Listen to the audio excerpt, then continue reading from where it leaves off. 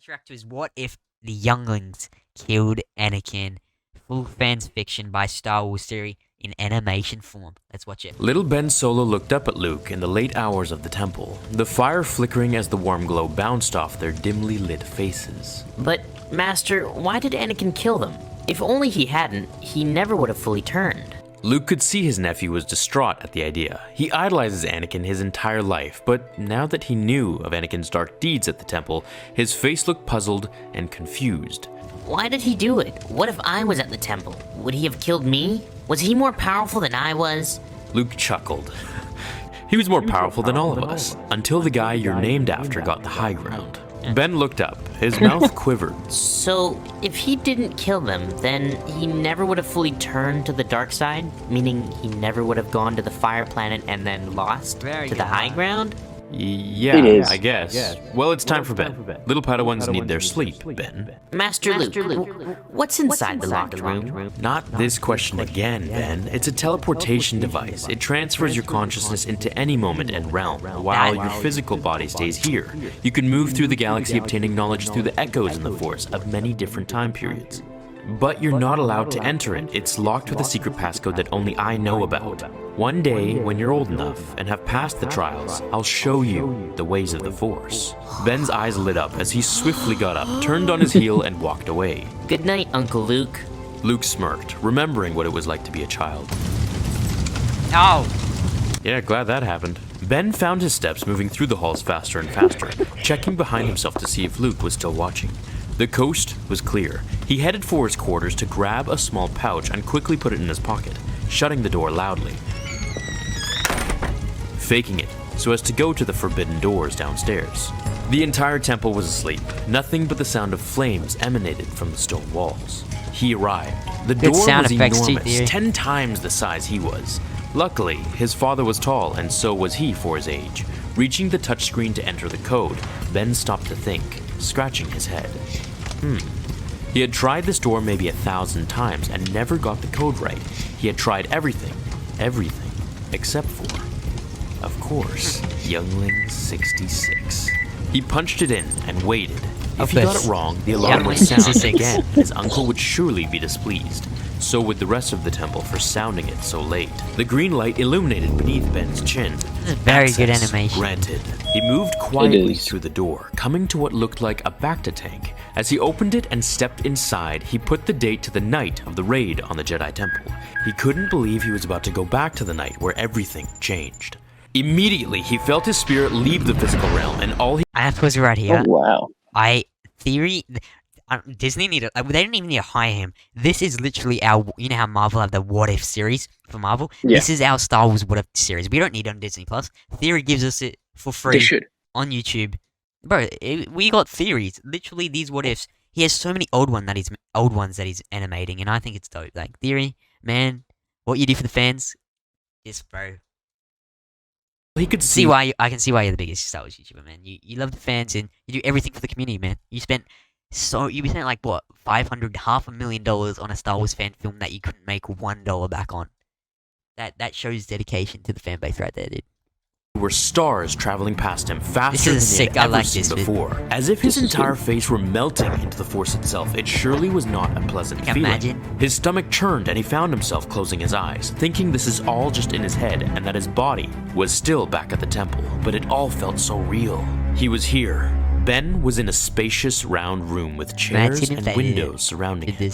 It was night. It was empty, cold, and the lights were out. Did I set the time too far ahead? He thought to himself. His head spun to his left. Hello? He whispered. Several little heads popped up from behind the chairs. Hey. Who are you? Said the little boy.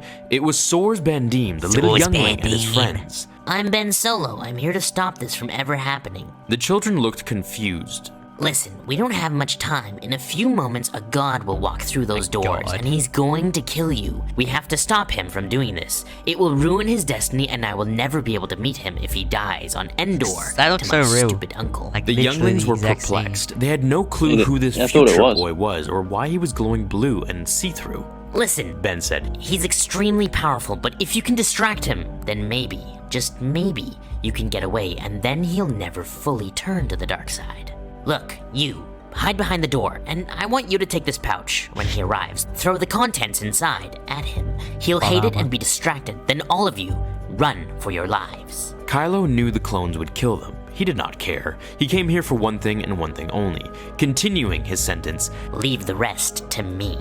I will speak to my master finally and tell him to avoid the high ground. Soros and the others began to cry with happiness as they bowed to Ben and thanked him. He told them to stop and get into position. As the doors opened, Master Skywalker walked in, stopping as he felt a disturbance to his left, but it was too late. The little youngling threw the pouch of sand at his head, screaming in pain, agony, and disbelief.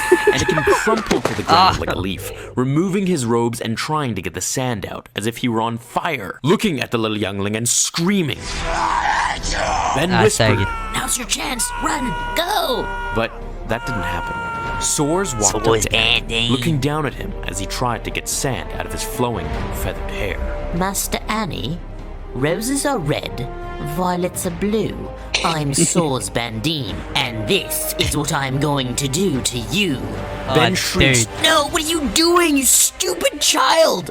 Igniting his lightsaber, he slashes maniacally at Anakin's body, putting the Sith Lord to rest in a million little pieces.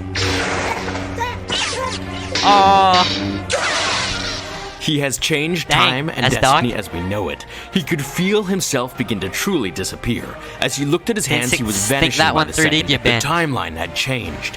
What had he done? Anakin didn't exist. What had he done? Soros grabbed the other younglings and ran to the restricted section of the temple, locking themselves in, where they waited until morning for Obi-Wan and Master Yoda's miraculous return.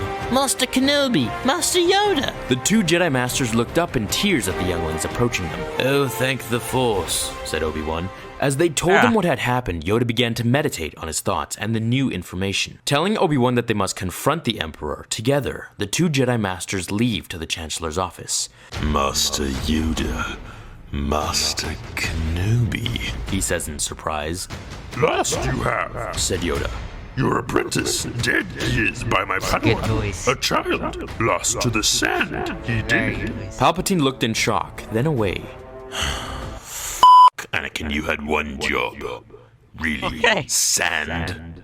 Knowing what was about to come, Palpatine ignited his lightsaber and the three ensued in a massive duel. Obi-Wan's Sorsu was perfect for deflecting Sidious's attacks just long enough for Yoda to get the finishing strike, that was nice. Putting the Emperor to his knees and impaling him. Even the lightsabers are glowing. The war was over. The clones' inhibitor chips would all defuse at the death of Palpatine, and they would scatter throughout the galaxy, living the rest of their lives in freedom.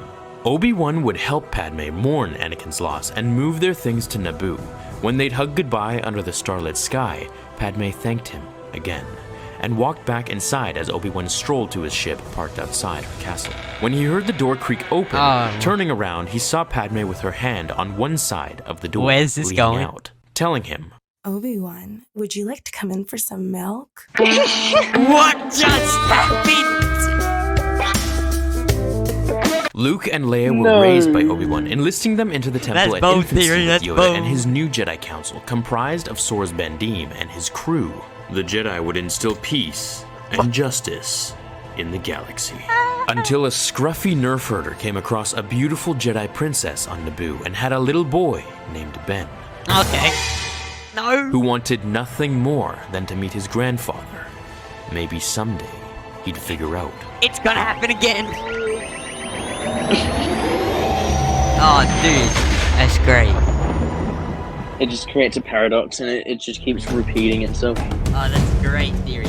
But throughout again, inside her castle. When he heard the door creak open, turning around, he saw Padme with her hand on one side of the door, leaning out, telling him, Obi-Wan, would you like to come in for some milk?